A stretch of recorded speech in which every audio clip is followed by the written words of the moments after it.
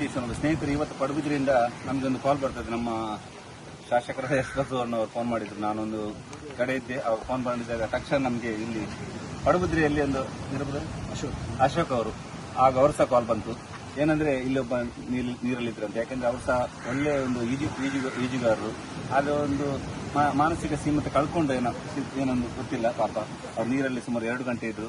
ನನ್ನ ಜೊತೆಗೆ ಇಲ್ಲಿನ ಸ್ಥಳೀಯರು ತುಂಬಾ ಸಪೋರ್ಟ್ ಮಾಡಿದ್ದಾರೆ, ಲೈಫ್ ಗಾರ್ಡ್. ಯಾಕಂದ್ರೆ ಸ್ಥಳೀಯರು ಅವರಿಗೊಂದು ಬ್ಲೂ ಲೈಫ್ ಗಾರ್ಡ್ನವರು. ಯಾಕಂದ್ರೆ ಇಲ್ಲಿ ಬಂದಾಗ ನಮ್ಗೆ ಮಾರ್ಗದರ್ಶನ ಹೇಳಿದ್ರು, ನೀರು ಯಾವ ತರ ಇದೆ ಅಂತ. ನಮ್ಮ ಜೊತೆಗೆ ಪ್ರಜ್ವಲ್ ಅವರು, ಸುಶಾಂತ್ ಬಾದಲ್ ನಮ್ಮ ಜೊತೆಗೆ ಪಡ್ಡಾಗಿ ನನ್ನ ಜೊತೆಗೆ ಬಂದಿದ್ದಾರೆ. ಯಾಕೆಂದ್ರೆ ನೀರಲ್ಲಿ ಈಜು ಸುಲಭ ಅಲ್ಲ. ಯಾಕೆಂದ್ರೆ ಆ ಸಮುದ್ರ ಒಂದು ಮಾರಿಯ ನೀರು ಅಂತ ಹೇಳಿದ್ರೆ ಆ ನೀರಲ್ಲಿ ಅದರ ಒಂದು ಸೆಳೆತಕ್ಕೆ ಎದೆ ಒಡ್ಡಿ ಯುವಕರನ್ನು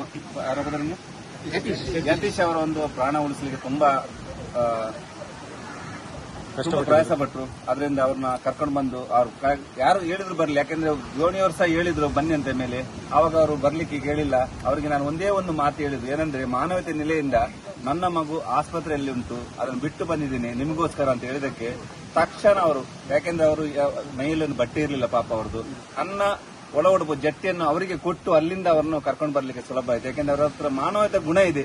ಏನಾದ್ರೂ ಸಹ ಒಂದು ಮಾತಿಗೆ ಒಂದು ನಮ್ಮ ಮೀನುಗಾರರಾದ್ರೂ ಸಹ ಒಂದು ಮಾನವತೆ ಗುಣ ಇದೆ. ಯಾಕೆಂದ್ರೆ ಅವ್ರ ರಕ್ತದಲ್ಲೇ ಬಂದಿರ್ತದೆ. ಇಂಥ ಒಂದು ಮಾತಿಗೆ ಅವರ ಮಗು ಹುಷಾರಿಲ್ಲ, ನಂದು ಅದನ್ನು ಬಿಟ್ಟು ಇಲ್ಲಿ ನಿಮ್ಮ ಹತ್ರ ಬಂದೆ ಅಂತ ಒಂದು ಹೇಳಿದಕ್ಕೆ ತಕ್ಷಣ ಅವರು ಮೇಲೆ ಹೋಗುವಂತ ಹೇಳಿ ನಮ್ಮ ಜೊತೆಗೆ ಬಂದರು. ನಮ್ಮೊಟ್ಟಿಗೆ ಇನ್ನ ಈಜುಗಾರರು ಎಲ್ಲ ಸಹಕರಿಸಿದ್ದಾರೆ, ಹಾಗೂ ಸ್ಥಳೀಯರು ಸಹ ಸಹಕರಿಸಿದ್ದಾರೆ.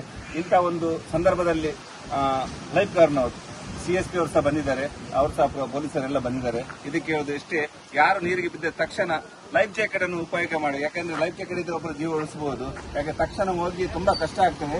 ಅದರಿಂದ ಲೈಫ್ ಜಾಕೆಟ್ ಬಳಸಿ ತಮ್ಮ ಜೀವ ಉಳಿಸಿಕೊಳ್ಳಿ ಅಂತ ಎಲ್ರಿಗೂ ಕೈ ಮುಗಿದು ಕೇಳ್ತಾ ಇದ್ದೀನಿ. ಬಿಟ್ರೆ ನಮ್ಮ